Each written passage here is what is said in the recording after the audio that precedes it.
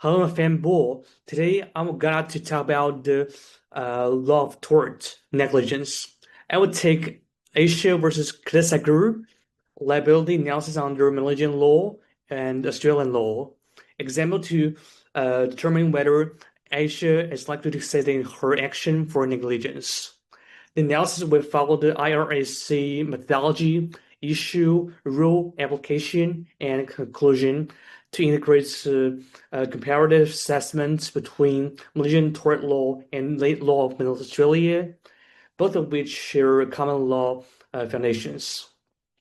In this case, Asia is regular at Kessager. One Saturday afternoon, she's walking through crowded aisles when she slips on a liquid spill. Later, witnesses confirm something crucial. So several store employees had been aware of spill, but no one cleaned up and put up the warning sign. The fall left Asia with a sprained ankle, bare bruising, and actual losses, including medical expenses and lost wages.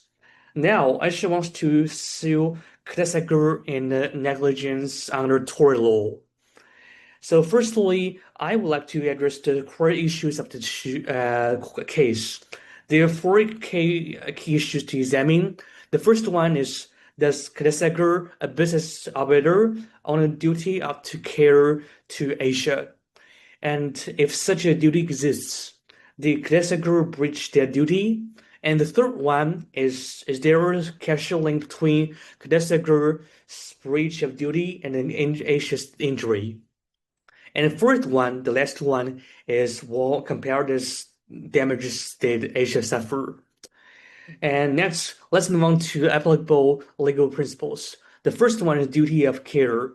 This imposes a duty to take responsible care to avoid acts or omission that could reasonably be foreseen as likely to injure persons closely and directly affected. And the second one is breach of duty. Once a duty is established, the plaintiff must prove it was breached. The standard is that of the reasonable person in the defendant position. For a shop occupier, this translates to a duty to take responsible care to ensure the visitor is reasonably safe while using the premises for intended purpose. And third one is a concession. There are two parts here, factual concession and legal concession. Factual concession is determined by the Balfour test. The question is, before the defendant's breach of duty, would the plaintiff have suffered the injury and established a direct factual link between the negligence and the harm? And the legal position is, even if a factual link exists, the damage must not be remote. The type of damage suffered must be reasonably foreseeable consequence of breach. And personal injury from a slip and a fall accident is considered a classic highly foreseeable type of harm arising from a failure to maintain safety premises. And next, let's move on to applicable legal principles.